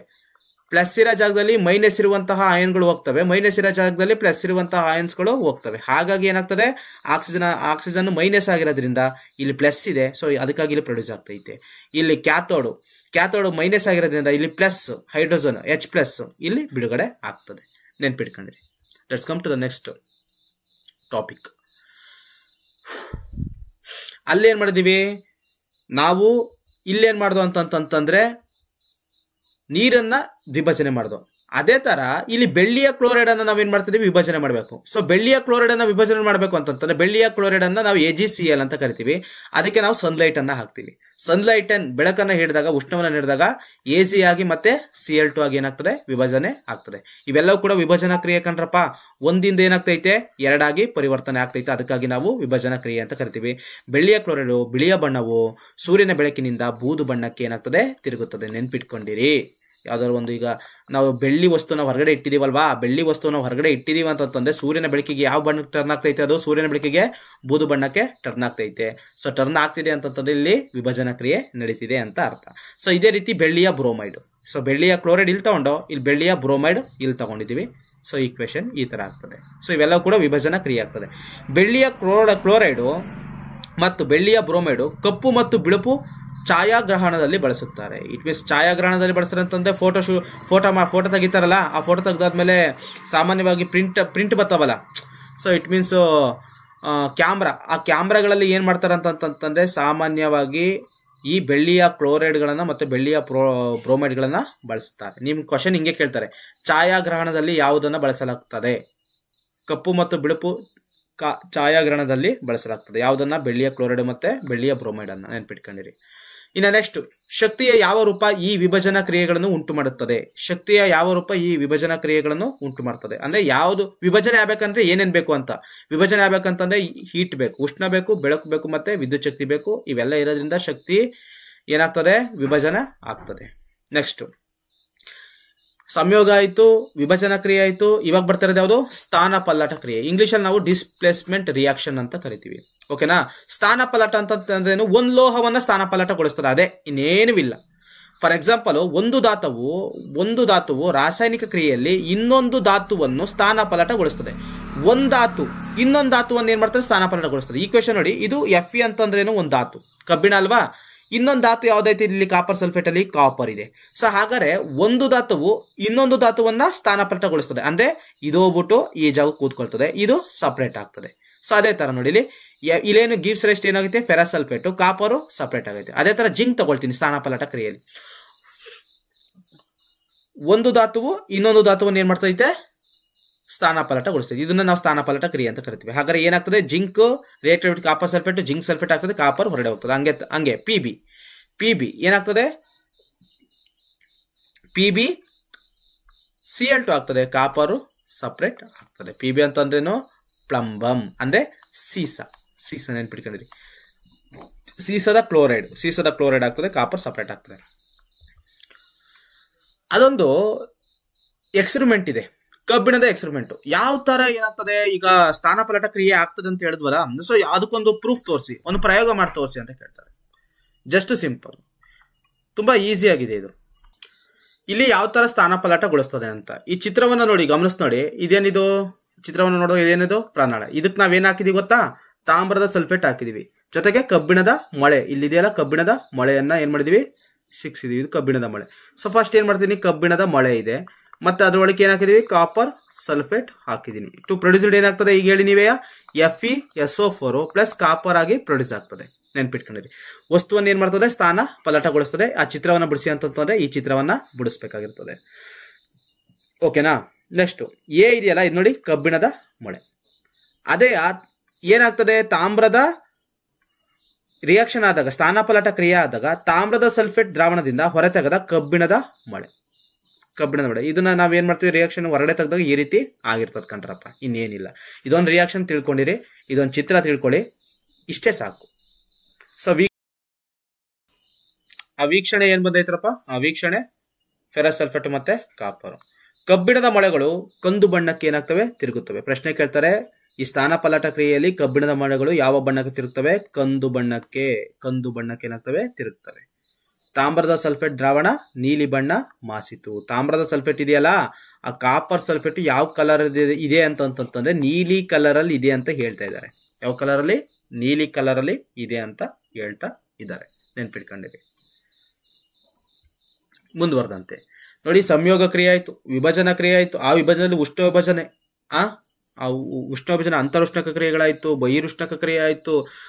ಈಗ ಸಾಮಾನ್ಯವಾಗಿ ಸ್ಥಾನಪಲ್ಲಟ ಕ್ರಿಯೆ ಆಯ್ತು. ಸ್ಥಾನಪಲ್ಲಟ ಕ್ರಿಯೆ ಅಂತಂದ್ರೆ ಒಂದು ಧಾತುವನ್ನ ಬೇರ್ಪಡಿಸೋದು. ಇಲ್ಲಿ ದ್ವಿಸ್ಥಾನಪಲ್ಲಟ ಕ್ರಿಯೆನೂ ಕೂಡ ಇದೆ. ಏನಪ್ಪಾ ದ್ವಿಸ್ಥಾನಪಲ್ಲಟ ಕ್ರಿಯೆ ಅಂತಂದ್ರೆ, ಯಾವ ಕ್ರಿಯೆಗಳಲ್ಲಿ ಪ್ರತಿವರ್ತಕಗಳ ನಡುವೆ ಅಯಾನುಗಳ ವಿನಿಮಯ ನಡೆಯುತ್ತದೆಯೋ, ಪ್ರತಿವರ್ತಕಗಳ ನಡುವೆ ಅಯಾನುಗಳ ವಿನಿಮಯ ನಡೀತದೋ ಅಂತಹ ಕ್ರಿಯೆಗಳನ್ನ ನಾವೆಂತ ಕರಿತೀವಿ, ದ್ವಿಸ್ಥಾನಪಲ್ಲಟ ಕ್ರಿಯೆ ಅಂತ ಕರಿತೀವಿ. ಅಲ್ಲಿ ಧಾತುವನ್ನ ಎಕ್ಸ್ಚೇಂಜ್ ಮಾಡ್ತೀವಿ, ಬಟ್ ಇಲ್ಲಿ ಅಯಾನುಗಳು ವಿನಿಮಯ ಆಗ್ತದೆ. ಸೊ ಇದನ್ನ ನಾವೇನಂತ ಕರಿತೀವಿ, ದ್ವಿಸ್ಥಾನಪಲ್ಲಟ ಕ್ರಿಯೆ ಅಂತ ಕರಿತೀವಿ. ಫಾರ್ ಎಕ್ಸಾಂಪಲ್, ಸೋಡಿಯಂ ಸಲ್ಫೇಟ್ ಅನ್ನ ತಗೊಂಡಿದ್ವಿ, ಮತ್ತೆ ಬೇರಿಯಂ ಕ್ಲೋರೈಡ್ ಅಂತ ತಗೊಂಡಿದ್ವಿ. ಉಂಟಾಗಿರೋದು ಏನು ಅಂತಂದ್ರೆ ಬೇರಿಯಂ ಸಲ್ಫೇಟ್ ಮತ್ತೆ ಸೋಡಿಯಂ ಕ್ಲೋರೈಡ್. ನೆನ್ಪಿಟ್ಕೊಳ್ಳಿ, ಈಗ ಅಯಾನುಗಳ ವಿನಿಮಯ ಅಂತಂದ್ರೆ ನೋಡಿಲಿ, ಈ Na ಪ್ಲಸ್ SO4 ಮೈನಸ್ ಆಗ್ತದೆ, Ba ಪ್ಲಸ್ Cl ಮೈನಸ್ ಆಗ್ತದೆ, ಅಯಾನುಗಳ ವಿನಿಮಯ ಆಗ್ತದೆ. ಈಗ ಇವೆರಡು ಕೂಡ ಏನಾಗೈತೆ, ಈಗ ಸೋಡಿಯಂ ಕ್ಲೋರೈಡ್ ಆಗಿ ಉಂಟಾಗ್ತೈತೆ. ನೋಡಿರಿ, ಸೋಡಿಯಂ ಕ್ಲೋರೈಡ್ ಅಯಾನುಗಳ ವಿನಿಮಯ ಪ್ಲಸ್ ಮತ್ತೆ ಮೈನಸ್ ಒಂದಾಗಿದ್ದಾವೆ. ಸೊ ಇನ್ನ NaCl ಆಯ್ತು. ಇನ್ನು ಮಿಕ್ಕಿದ ಯಾವುದು, ಬೇರಿಯಂ ಸಲ್ಫೇಟ್. ಇವೆರಡು ಕೂಡ ಏನಾಗುತ್ತೆ, ಬೇರಿಯಂ ಅನ್ನೋದು ಪ್ಲಸ್, ಸಲ್ಫೇಟ್ ಮೈನಸ್, ಇವೆರಡು ಕೂಡ ಒಂದಾಗೈತೆ. ಸೊ ಇವೆರಡು ಕೂಡ ಒಂದಾಗಿರೋದ್ರಿಂದ, ಅಯಾನುಗಳ ವಿನಿಮಯ ಆಗಿರೋದ್ರಿಂದ ಏನಾಗೈತೆ, ಒಂದು ಉತ್ತಮವಾದಂತ ಒಂದು ಲವಣ ಉಂಟಾಗಿದೆ. ಸೊ ಇದನ್ನೇ ದ್ವಿಸ್ಥಾನಪಲ್ಲಟ ಕ್ರಿಯೆ ಅಂತ ಕರಿತೀವಿ. ಪಾಠ ಮುಂದುವರೆದಂತೆ ಪ್ರಕ್ಷೇಪಣ ಅಂತ ಇದೆ. ಯಾವ ರಾಸಾಯನಿಕ ಕ್ರಿಯೆಯಲ್ಲಿ ವಿಲೀನಗೊಳ್ಳುವ ವಸ್ತುಗಳನ್ನು ನಾವು ಪ್ರಕ್ಷೇಪಣ ಅಂತ ಕರಿತೀವಿ. ಯಾವ್ದಾರ ಒಂದು ರಾಸಾಯನಿಕ ಕ್ರಿಯೆ ಅದರಲ್ಲಿ ವಿಲೀನಗೊಳ್ತಾ ಅದನ್ನ ಪ್ರಕ್ಷೇಪಣ ಅಂತ ಕರಿತೀವಿ. ಪ್ರಕ್ಷೇಪಣ ಕ್ರಿಯೆ ಅಂತಂದೇನು, ಪ್ರಕ್ಷೇಪವನ್ನು ಉತ್ಪತ್ತಿ ಮಾಡುವ ಯಾವುದೇ ಕ್ರಿಯೆಯನ್ನು, ಪ್ರಕ್ಷೇಪಣ ಉಂಟು ಮಾಡುವಂತಹ ಯಾವುದೇ ಕ್ರಿಯೆ ನಾವೇನಂತ ಕರಿತೀವಿ, ಪ್ರಕ್ಷೇಪಣ ಕ್ರಿಯೆ ಅಂತ ಕರಿತೀವಿ. ಪ್ರಕ್ಷೇಪ ಅಂತಂದ್ರೆ ನಮ್ಗೆ ಅರ್ಥ ಆಗ್ತಿಲ್ವಲ್ಲ. ಫಾರ್ ಎಕ್ಸಾಂಪಲ್, ಪ್ರಕ್ಷೇಪ ಅಂತಂತಂದ್ರೆ ಈಗ ಒಂದು ಟೆಸ್ಟ್ ಟ್ಯೂಬ್ ಇದೆ, ಆ ಟೆಸ್ಟ್ ಟ್ಯೂಬ್ ಒಳಗಡೆ ಏನಾಗ್ತದೆ ಅಂತಂತಂದ್ರೆ, ಈಗ ಸುಣ್ಣದ ತಿಳಿ ನೀರು ಸೆಟಲ್ ಆಗ್ತದಲ್ಲ ಈ ಜಾಗದಲ್ಲಿ, ಅದನ್ನ ಪ್ರಕ್ಷೇಪ ಅಂತ ಕರಿತೀವಿ. ನೆನ್ಪಿಟ್ಕೊಂಡ್ರಿ. ಅಥವಾ ಕ್ಯಾಲ್ಸಿಯಂ ಕಾರ್ಬೋನೇಟ್ ಸೆಟಲ್ ಆಗ್ತದಲ್ಲ, ಇದನ್ನ ಪ್ರಕ್ಷೇಪ ಅಂತ ಕರಿತೀವಿ. ಕ್ಯಾಲ್ಸಿಯಂ ಕಾರ್ಬೋನೇಟ್ ಸೆಟಲ್ ಆಗಿ ಇದನ್ನ ಪ್ರಕ್ಷೇಪ. ನಮ್ಗೆ ಗೊತ್ತಾಗ್ತದೆ ಕಣ್ರಪ್ಪ, ನಮ್ಗೆ ನೋಡಿದ ತಕ್ಷಣ ಗೊತ್ತಾಗ್ತದೆ. ಇದನ್ನ ಪ್ರಕ್ಷೇಪ ಅಂತ ಕರಿತೀವಿ. ಯಾವ್ದಾರ ಒಂದು ರಾಸಾಯನಿಕ ಕ್ರಿಯೆ ನಡಿಬೇಕಾದ್ರೆ ಈ ತರ ಪ್ರಕ್ಷೇಪ ಉಂಟಾದ್ರೆ ಇದನ್ನ ಪ್ರಕ್ಷೇಪಣ ಕ್ರಿಯೆ ಅಂತ ಕರಿತೀವಿ. ಪಾಠ ಮುಂದುವರೆದಂತೆ ಅದಕ್ಕೆ ಬೆಸ್ಟ್ ಎಕ್ಸಾಂಪಲ್, ಪ್ರಕ್ಷೇಪವು ವಿಲೀನಗೊಳ್ಳದ ವಸ್ತುವಾಗಿದ್ದು ಇದು ಪ್ರಕ್ಷೇಪಣ ಕ್ರಿಯೆಯಲ್ಲಿ ಉಂಟಾಗ್ತದೆ. ಅದು ಬೇಡ, ಇದು ನೆನ್ಪಿಟ್ಕೊಂಡಿರಿ. ರಿಯಾಕ್ಷನ್ ನೆನ್ಪಿಟ್ಕೊಂಡಿರಪ್ಪ. ಸೋಡಿಯಂ ಸಲ್ಫೇಟ್ ಬೇರಿಯಂ ಕ್ಲೋರೈಡ್ ಇವಾಗ ತಾನೇ ಈಕ್ವೇಶನ್ ಬ್ಯಾಲೆನ್ಸ್ ಮಾಡಿದೀವಿ. ಈ ಮೇಲ್ಕಂಡ ರಾಸಾಯನಿಕ ದ್ವಿಸ್ಥಾನ ಪಲ್ಲಟ ಕ್ರಿಯೆಯಲ್ಲಿ ಬಿಳಿ ಬಣ್ಣದ ಬೇರಿಯಂ ಸಲ್ಫೇಟ್ ಪ್ರಕ್ಷೇಪ ಉಂಟಾಗ್ತದೆ. ಸೊ ಹಾಗಾದ್ರೆ ಪ್ರಕ್ಷೇಪ ಯಾವುದೋ, ಇದು ಬೇರಿಯಂ ಸಲ್ಫೇಟು ಪ್ರಕ್ಷೇಪ. ನೆನ್ಪಿಟ್ಕೊಂಡೆ, ಬೇರಿಯಂ ಸಲ್ಫೇಟು ಪ್ರಕ್ಷೇಪ. ಯಾವ ಕಲರ್ ಅಲ್ಲಿ ಇದೆ, ಬಿಳಿ ಬಣ್ಣದಲ್ಲಿ ಇದೆ. ಓಕೆನಾ. ನೆಕ್ಸ್ಟ್ PbNO3 ಅಂದ್ರೆ PB ಅಂತಂದ್ರೇನು, ಸೀಸದ nitrate directed with potassium iodide. K ಅಂತಂದ್ರೆ potassium, I ಅಂತಂದ್ರೆ iodide. ಸೀಸದ nitrate reacted with potassium iodide to produced ಸೀಸದ iodide and potassium nitrate. So ಹಾಗಾದ್ರೆ ಇಲ್ಲಿ ಯಾವುದು ಪ್ರಕ್ಷೇಪ? ಇದು ಪ್ರಕ್ಷೇಪ ಯಾವ್ದಾಗ್ತದೆ? ಇದಾಗ್ತದೆ. ಸೀಸದ ಅಯೋಡೈಡ್ ಆಗ್ತದೆ. ಬ್ಯಾಲೆನ್ಸ್ಡ್ ಈಕ್ವೇಶನ್ ಆಗಿದೆ. ನೆಕ್ಸ್ಟ್ ಹೋಗೋಣ. ಉತ್ಕರ್ಷಣ ಕ್ರಿಯೆ ಮತ್ತು ಅಪಕರ್ಷಣ ಕ್ರಿಯೆ ಅಂತ ಬರ್ತದೆ. Very very important. ಉತ್ಕರ್ಷಣ ಕ್ರಿಯೆ ಅಂತಂದ್ರೆ ನಿಮ್ಮೆಲ್ಲರಿಗೂ ಗೊತ್ತಿರೋಂಥದ್ದು, ಉತ್ಕರ್ಷಣ ಅಂತಂದ್ರೆ ಆಕ್ಸಿಜನ್ ಮಾತ್ರ ನೆನ್ಪಿಟ್ಕೊಂಡಿರಿ, ಯಾಕಂದ್ರೆ ಮರ್ತೋಗ್ಬಿಡುತ್ತೆ. ಯಾಕೆ ಗೊತ್ತಾ? ಒಂದು ಕ್ರಿಯೆಯಲ್ಲಿ ಆಕ್ಸಿಜನ್ ಅನ್ನು ಪಡೆದುಕೊಂಡ್ರೆ ನೆನ್ಪಿಟ್ಕೊಂಡ್ರೆ, ಒಂದು ಕ್ರಿಯೆಯಲ್ಲಿ ಆಕ್ಸಿಜನ್ ಪಡೆದುಕೊಂಡರೆ ಹೈಡ್ರೋಜನ್ ಅನ್ನು ಕಳೆದುಕೊಂಡ್ರೆ ನಾವು ಅದನ್ನ ಉತ್ಕರ್ಷಣ ಕ್ರಿಯೆ ಅಂತ ಕರಿತೀವಿ. ಓಕೆನಾ? ಅದಕ್ಕೆ ಎಕ್ಸಾಂಪಲ್ ಕಾಪರ್ ಇದೆ, ತಾಮ್ರ ಇದೆ. ಈ ತಾಮ್ರ ಏನ್ ಮಾಡ್ತೈತೆ ಅಂತಂದ್ರೆ ಒಂದು ಕ್ರಿಯೆ ನಡೀತೈತೆ, ಆಕ್ಸಿಜನ್ ಜೊತೆ ಏನ್ ಮಾಡ್ತೈತೆ? ರಿಯಾಕ್ಷನ್ ಮಾಡ್ತೈತೆ, ಪಡ್ಕೋತೈತೆ. ಆಕ್ಸಿಜನ್ ಅನ್ನು ಏನ್ ಮಾಡ್ತೈತೆ? ಪಡ್ಕೋತೈತೆ. ಹೌದಲ್ವಾ? 2CuO ಆಕ್ಸಿಜನ್ ಅನ್ನ ಪಡ್ಕೊಳ್ತು. ಹಾಗಾದ್ರೆ ಇದೇನು? ಉತ್ಕರ್ಷಣ ಕ್ರಿಯೆ ಆಗಿದೆ. ನಾವು ತಾಮ್ರ ತಗೊಂಡಿದೀವಿ. ಇದೇ ತಾಮ್ರದ ಪುಡಿ ಅಥವಾ ತಾಮ್ರ ತಂತಿಯನ್ನು ಕಾಸಿದಾಗ ಅದರ ಮೇಲೆ ಕಪ್ಪು ಬಣ್ಣದ ತಾಮ್ರದ ಆಕ್ಸೈಡ್ ನಿಂದ ಲೇಪಿತ ಉಂಟಾಗ್ತದೆ. ಅಂದ್ರೆ ಇಟ್ ಮೀನ್ಸ್ ಏನಂತಂದ್ರೆ ಇದನ್ನು ಕೂಡ 1 ಮಾರ್ಕ್ಸಿಗೆ ಕೇಳಿದ್ರು. ಈ SA1 ನಲ್ಲಿ 1 ಮಾರ್ಕ್ಸಿಗೆ ಕೇಳಿದ್ರು. ಏನು? ನಾವು ಕಾಪರ್ ಅನ್ನ ಆಕ್ಸಿಜನ್ ಜೊತೆಗೆ ವರ್ತಿಸಿದಾಗ ಕಾಪರ್ ಆಕ್ಸೈಡ್ ಉಂಟಾಗ್ತದೆ. ಸೊ ಈ ಕಾಪರ್ ಆಕ್ಸೈಡ್ ಯಾವ ಬಣ್ಣದಲ್ಲಿದೆ ಅಂತ ಕೇಳಿದ್ರು. ಕಪ್ಪು ಬಣ್ಣದಲ್ಲಿದೆ ಅಂತ ನಾವು ಗೊತ್ತಿರ್ಬೇಕು ನಮಗೆ.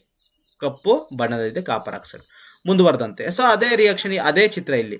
ಫಾರ್ ಎಕ್ಸಾಂಪಲ್ ಏನ್ ಮಾಡಿದೀನಿ? ತಾಮ್ರದ ಪುಡಿಯನ್ನ ನಾನು ಏನ್ ಮಾಡಿದೀನಿ? ಇಲ್ಲಿಗೆ ಹಾಕಿದೀನಿ. ತಾಮ್ರದ ಪುಡಿ. ಇದೇನಿದು? ಜಾಲರಿ. ಇದು ಬರ್ನರ್.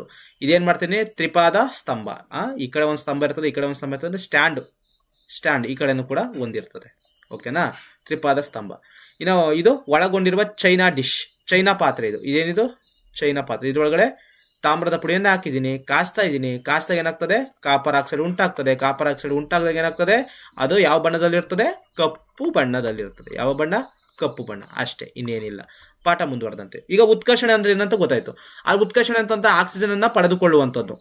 ಇಲ್ಲಿ ಅಪಕರ್ಷಣೆ ಅಂತಂದ್ರೆ ಆಕ್ಸಿಜನ್ ಅನ್ನ ಪಡ್ಕೊಳಕಲ್ಲ, ಆಕ್ಸಿಜನ್ ಅನ್ನ ಕಳೆದುಕೊಂಡು ಹೈಡ್ರೋಜನ್ ಏನ್ ಮಾಡ್ತದೆ? ಪಡೆದುಕೊಳ್ತದೆ. ಇದನ್ನ ನಾವೆಂತ ಕರಿತೀವಿ? ಅಪಕರ್ಷಣ ಕ್ರಿಯೆ ಅಂತ ಕರಿತೀವಿ. ಸೊ ಹಾಗಾದ್ರೆ ಇಲ್ಲಿ ನೋಡಿ, ಕಾಪರ್ ಆಕ್ಸೈಡ್ ಮತ್ತೆ H2O. ಸೊ ಪ್ರೊಡ್ಯೂಸ್ಡ್ ಏನು? ಕಾಪರ್ ಮತ್ತೆ H2O ಆಗಿದೆ. ಫಾರ್ ಎಕ್ಸಾಂಪಲ್ ಈಗ ಕಾಪರ್ ಏನಾಗಿದೆ ಅಂತಂತಂದ್ರೆ ಆಕ್ಸಿಜನ್ ಅನ್ನ ಕಳೆದುಕೊಂಡಿದೆ. ಹೌದಲ್ವಾ? ಇಲ್ಲಿ ಫಸ್ಟ್ ಆಕ್ಸಿಜನ್ ಇತ್ತು, ಇಲ್ಲೇನಾಯ್ತು? ಕಳ್ಕೊತ್ತು. ಹಾಗಾದ್ರೆ ಆಕ್ಸಿಜನ್ ಅನ್ನ ಕಳ್ಕೊಂಡ್ರೆ ಏನು? ಅಪಕರ್ಷಣ. ಅದೇ ಏನಾದ್ರು ಹೈಡ್ರೋಜನ್ ಅನ್ನ ಪಡೆದುಕೊಂಡ್ರೆ, ಎಸ್, ಆಕ್ಸಿಜನ್ ಹೈಡ್ರೋಜನ್ ಪಡೆದುಕೊಂಡು ನಾವೆಂತ ಕರಿತೀವಿ? ಇದು ಕೂಡ ಅಪಕರ್ಷಣ ಕ್ರಿಯೆ ಆಗ್ತದೆ. ಬಿಸಿಯಾಗಿರುವ ತಾಮ್ರದ ಆಕ್ಸೈಡ್ ಅಂದ್ರೆ ತಾಮ್ರದ ಆಕ್ಸೈಡ್ ಇದೆ, ಕಾಪರ್ ಆಕ್ಸೈಡ್, ಇನ್ನೇನಿಲ್ಲ. ಮೇಲೆ ಹೈಡ್ರೋಜನ್ ಅನಿಲ ಹಾಯಿಸಿದರೆ ಹಿಮ್ಮುಖ ಕ್ರಿಯೆ ನಡೆದು ಮೇಲ್ಮೇ ಕಪ್ಪು ಲೇಪನ ಕಂದು ಬಣ್ಣಕ್ಕೆ ತಿರುಗುತ್ತದೆ ಮತ್ತು ತಾಮ್ರ ದೊರಕುತ್ತದೆ. ತಾಮ್ರ ಯಾವ ಬಣ್ಣದಲ್ಲಿದೆ ಅಂತ ಕೇಳ್ತಾ ಇದ್ದಾರೆ. ಅದು ಯಾವ ಬಣ್ಣದಲ್ಲಿದೆ? ಕಂದು ಬಣ್ಣದಲ್ಲಿದೆ ಅಂತ ಹೇಳ್ತಾ ಇದ್ದಾರೆ. ಅಷ್ಟೇ, ಇನ್ನೇನಿಲ್ಲ. ಮುಂದುವರೆದಂತೆ ಪಾಠ. ಉತ್ಕರ್ಷಣೆ ಅಂದ್ರೆ ಗೊತ್ತಾಯ್ತು, ಅಪಕರ್ಷಣೆ ಅಂದ್ರೆ ಏನಂತ ಗೊತ್ತಾಯ್ತು. ನಿಮ್ಗೆ ನೆನ್ಪಿಟ್ಕೊಂಡಿರಿ. ಉತ್ಕರ್ಷಣೆ ಅಂತಂದ್ರೆ ಆಕ್ಸಿಜನ್ ಪಡೆದುಕೊಂಡು ಹೈಡ್ರೋಜನ್ ಅನ್ನ ಹೊರಗಡೆ ಬಿಟ್ರೆ ಅದನ್ನ ಉತ್ಕರ್ಷಣೆ. ಅದೇ ಅಪಕರ್ಷಣೆ ಅಂತಂದ್ರೇನು? ಆಕ್ಸಿಜನ್ ಕಳೆದುಕೊಂಡು ಹೈಡ್ರೋಜನ್ ಅನ್ನ ಪಡೆದುಕೊಂಡ್ರೆ ಅದನ್ನ ಅಪಕರ್ಷಣೆ. ಉತ್ಕರ್ಷಣ ಅಪಕರ್ಷಣ ಅಂತಂದ್ರೆ ಈ ಎರಡೂ ಕ್ರಿಯೆಗಳು ಏನಾಗ್ತದೆ? ನಡೀತದೆ. ಉತ್ಕರ್ಷಣ ಅಪಕರ್ಷಣ ಅಂತಂತಂದ್ರೆ ಇವೆರಡೂ ಕ್ರಿಯೆಗಳು ನಡೆಯುತ್ತದೆ. ನೋಡಿ ಇಲ್ಲೇ ನೋಡೋಣ, ಇಲ್ಲೇ ಸಾಮಾನ್ಯವಾಗಿ ಗಮನಿಸೋಣ. ಉತ್ಕರ್ಷಣ ಮತ್ತು ಅಪಕರ್ಷಣ ಅಥವಾ ರೆಡಾಕ್ಸ್ ರಿಯಾಕ್ಷನ್ ಅಂತ ಕೂಡ ನಾವು ಇದನ್ನ ಕರಿತೀವಿ. ಯಾವ reaction? Redox reaction. Redox reaction ಅಂದ್ರೆ ಬೇರೆ ಅಲ್ಲ, ಅಥವಾ ಉತ್ಕರ್ಷಣ ಅಪಕರ್ಷಣ ಕ್ರಿಯೆ ಅಂತಂದ್ರೆ ಬೇರೆ ಅಲ್ಲ. ಅಂದ್ರೆ ಒಂದು ಕ್ರಿಯೆಯಲ್ಲಿ ಒಂದು ಪ್ರತಿವರ್ತಕವು ಉತ್ಕರ್ಷಣೆಗೊಂಡ್ರೆ ಇನ್ನೊಂದು ಪ್ರತಿವರ್ತಕ ಏನಾಗ್ತದೆ? ಅಪಕರ್ಷಣೆಗೊಳ್ತದೆ. ಸೊ ಇದನ್ನ ನಾವೆಂತ ಕರಿತೀವಿ? ಉತ್ಕರ್ಷಣ ಅಪಕರ್ಷಣ ಕ್ರಿಯೆ ಅಂತ ಕರಿತೀವಿ. ಒಂದು ಪ್ರತಿವರ್ತಕವು ಉತ್ಕರ್ಷಣೆಗೊಂಡು ಇನ್ನೊಂದು ಪ್ರತಿವರ್ತಕವು ಅಪಕರ್ಷಣೆಗೊಂಡ್ರೆ ಅದನ್ನ ನಾವೇನಂತ ಕರಿತೀವಿ? ಉತ್ಕರ್ಷಣ ಅಪಕರ್ಷಣ ಕ್ರಿಯೆ ಅಂತ ಕರಿತೀವಿ. ಸೊ ಉದಾಹರಣೆ, copper oxide plus H2O. So ಉತ್ಕರ್ಷಣೆ ಅಂತಂದ್ರೇನು? ಆಕ್ಸಿಜನ್ ಅನ್ನ ಪಡೆದುಕೊಳ್ಳುವುದು. ಹೌದಲ್ವಾ?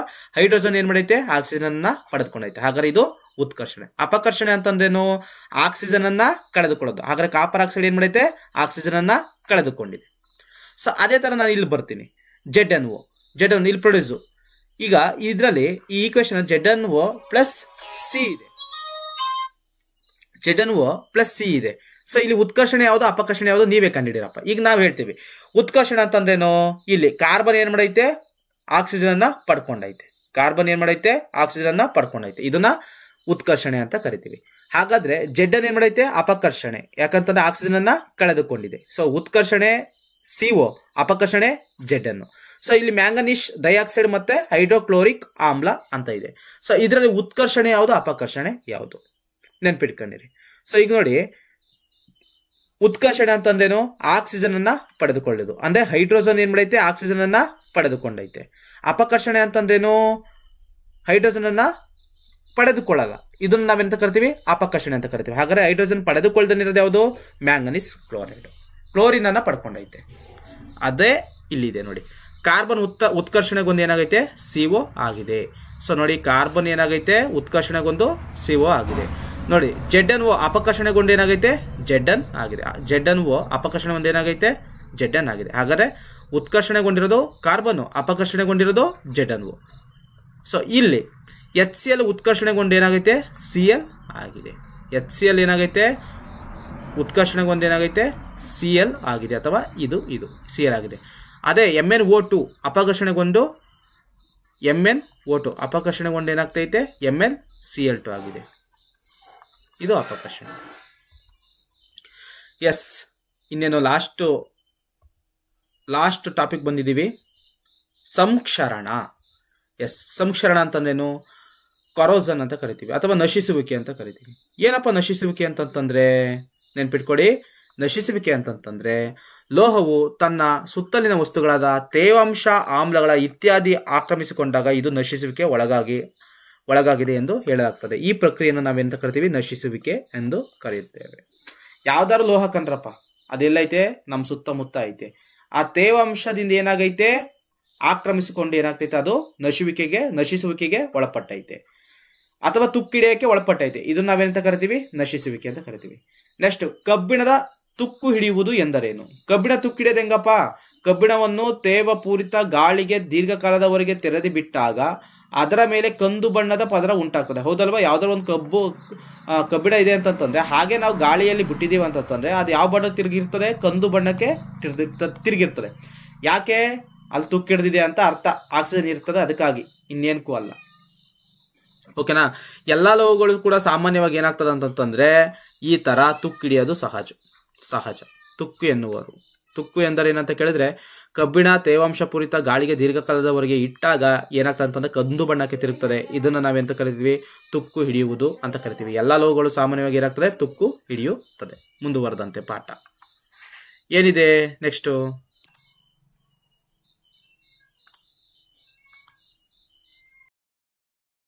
ಹೋಗೋಣ ನಾವು. ಏನಿದೆ,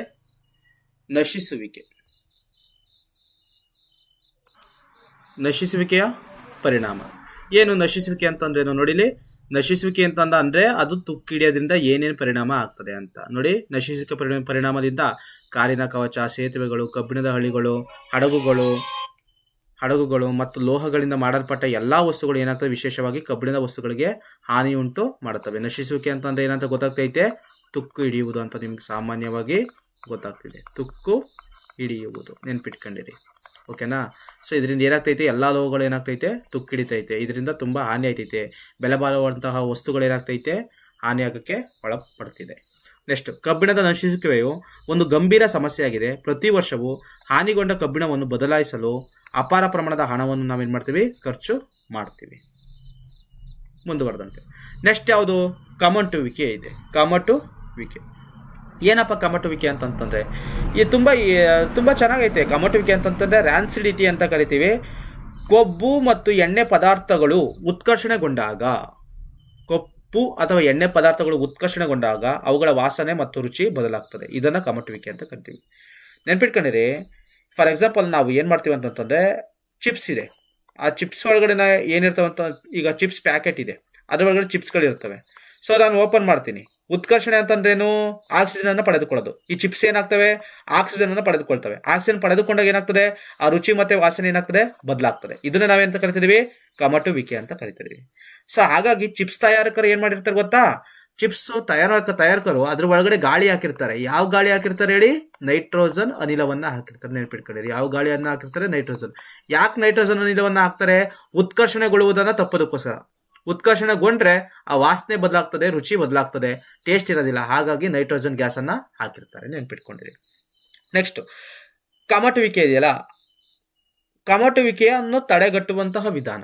ಸೊ ಹಾಗಾಗಿ ನಾವೇನ್ ಮಾಡಬೇಕು, ಪ್ರತಿ ಉತ್ಕರ್ಷಗಳನ್ನು ಬಳಸುವುದು. ಪ್ರತಿ ಉತ್ಕರ್ಷಕ್ಕೆ ಯಾವುದು, ನೈಟ್ರೋಜನ್. ಮತ್ತೆ ಗಾಳಿ ಪ್ರವೇಶಿಸಿದ ಸಂಗ್ರಹಗಳಲ್ಲಿ ಶೇಖರಿಸುವುದು, ಅಂದ್ರೆ ಗಾಳಿ ಪ್ರವೇಶಿಸದೇ ಇರ್ಬೋದು ಅಂತ ಜಾಗದಲ್ಲಿ ನಾವೇನ್ ಮಾಡಬೇಕು, ಕೊಬ್ಬು ಮತ್ತು ಎಣ್ಣೆ ಪದಾರ್ಥಗಳನ್ನ ಇಡಬೇಕಾಗಿರ್ತದೆ. ಮತ್ತೆ ಚಿಪ್ಸ್ ಉತ್ಕರ್ಷಣೆಗೊಳ್ಳುವುದನ್ನು ತಡೆಗಟ್ಟಲು ಚಿಪ್ಸ್ ಪಟ್ಟಣದೊಳಗೆ ನೈಟ್ರೋಜನ್ ಅಂತಹ ಅನಿಲವನ್ನು ನಾವೇನ್ ಮಾಡಬೇಕು, ಹಾಯಿಸಬೇಕಾಗಿರ್ತದೆ. ನೆಕ್ಸ್ಟ್ ಹೋಗೋಣ. ಓಕೆ, ಇಷ್ಟು ಭಾಗ 1ಕ್ಕೆ ಸಂಬಂಧಪಟ್ಟಿರುವಂತಹ ಮಾಹಿತಿ. ರಾಸಾಯನಿಕ ಕ್ರಿಯೆಗಳು ಮತ್ತು ಸಮೀಕರಣಗಳು ನಿಮ್ಮ ಪುಸ್ತಕದಲ್ಲಿ ಏನಿದೆ ಅಷ್ಟೇ ಎಲ್ಲನೂ ಕೂಡ ನಾನು ಏನು ಮಾಡಿದ್ದೀನಿ ಅಂತಂದ್ರೆ ಇಲ್ಲಿ ಹೇಳಿದ್ದೀನಿ. ಮತ್ತೆ ಈಕ್ವೇಷನ್ಸ್ಗಳನ್ನು ಹೇಳಿದ್ದೀನಿ. ಆ ಈಕ್ವೇಷನ್ಗಳನ್ನು ನೀವು ಏನು ಮಾಡ್ತೀರಾ ಹೋಗಿ ಅಂತಂದ್ರೆ ಬರೆದು ಕಲಿತಾ ಹೋಗಿ. ಡೌಟ್ ಬಂದರೆ ನನಗೆ ಮೆಸೇಜ್ ಮಾಡಿ, ಕಮೆಂಟ್ ಮಾಡಿ. ಆ ಕಮೆಂಟ್ ಮೂಲಕ ನಾನು ಏನು ಮಾಡ್ತೀನಿ ಅಂತಂದ್ರೆ ನಿಮ್ಗೆ ತಿಳಿಸ್ತೀನಿ. ಅಕಸ್ಮಾತ್ ನನಗೆ ಏನೂ ಗೊತ್ತಾಗಲಿಲ್ಲ ಅಂತಂತಂದರೆ ಈ ನಂಬರ್ಗೆ ನೀವು ಮೆಸೇಜ್ ಮಾಡಿ 9591908832 ಇದಕ್ಕೆ ಒಂದು ಮೆಸೇಜ್ ಮಾಡಿ, ಅಥವಾ ಈಕ್ವೇಷನನ್ನು ಕಳಿಸಿ, ಅಥವಾ ನೋಟ್ಸ್ ಬೇಕಂದ್ರೂ ಕೂಡ ನನಗೆ ಮೆಸೇಜ್ ಆರ್ ಕಾಲ್ ಮಾಡಿ. ಸೊ ನಾನೇನು ಮಾಡ್ತೀನಿ ಅಂತಂತಂದರೆ ಇದನ್ನು ನಾನು ನಿಮಗೆ ತಲುಪಿಸೋಕ್ಕೆ ಪ್ರಯತ್ನವನ್ನು ಪಡ್ತೀನಿ. ಈ ವಿಡಿಯೋ ಏನಾದರೂ ನಿಮಗೆ ಇಷ್ಟ ಆಗಿದ್ದರೆ ಲೈಕ್ ಮಾಡಿ, ಕಮೆಂಟ್ ಮಾಡಿ, ಜೊತೆಗೆ ನಿಮ್ಮ ಸ್ನೇಹಿತರಿಗೆ ಶೇರ್ ಮಾಡಿ. ಜೊತೆಗೆ ಈ ವಿಡಿಯೋ ಇನ್ನೂ ಮುಂದುವರೆದ ಭಾಗ ಇದೆ. ಸೊ ಇಷ್ಟೆಲ್ಲವೂ ಕೂಡ ಏನು ಪಾಠದಲ್ಲಿರುವಂಥದ್ದು. ಆದರೆ ನೆಕ್ಸ್ಟ್ ನಾನು ಹೇಳ್ತೀನಲ್ಲ ಅದೆಲ್ಲ ಯಾವುದು ಗೊತ್ತಾ, ಇದೇ ಪಾಠಕ್ಕೆ ಸಂಬಂಧಪಟ್ಟಿರುವಂತಹ ಅಭ್ಯಾಸ ಪ್ರಶ್ನೆಗಳು, ಪಠ್ಯೋತ್ತರ ಪ್ರಶ್ನೆಗಳು ಮತ್ತೆ ಎಸ್ಸೆವನ್ನು ಬಂದಿರುವಂಥದ್ದು, ಮತ್ತೆ ಎಕ್ಸಾಮು ಬಂದಿರುವಂಥದ್ದು, ಇವೆಲ್ಲನೂ ಕೂಡ ನಾನು ಭಾಗ 2ರಲ್ಲಿ ಈ ವಿಡಿಯೋವನ್ನು ಅಪ್ಲೋಡ್ ಮಾಡ್ತೀನಿ. ಈ ವಿಡಿಯೋನ ನಿಮ್ಗೆ ಇಷ್ಟ ಆದರೆ ಲೈಕ್, ಕಮೆಂಟ್, ಶೇರ್ ಮಾಡಿ ಅಂತ ಹೇಳ್ತಾ ಇಲ್ಲಿಗೆ ಈ ವಿಡಿಯೋನ ಮುಗಿಸ್ತಾ ಇದ್ದೀನಿ. Bye bye, take care all of you.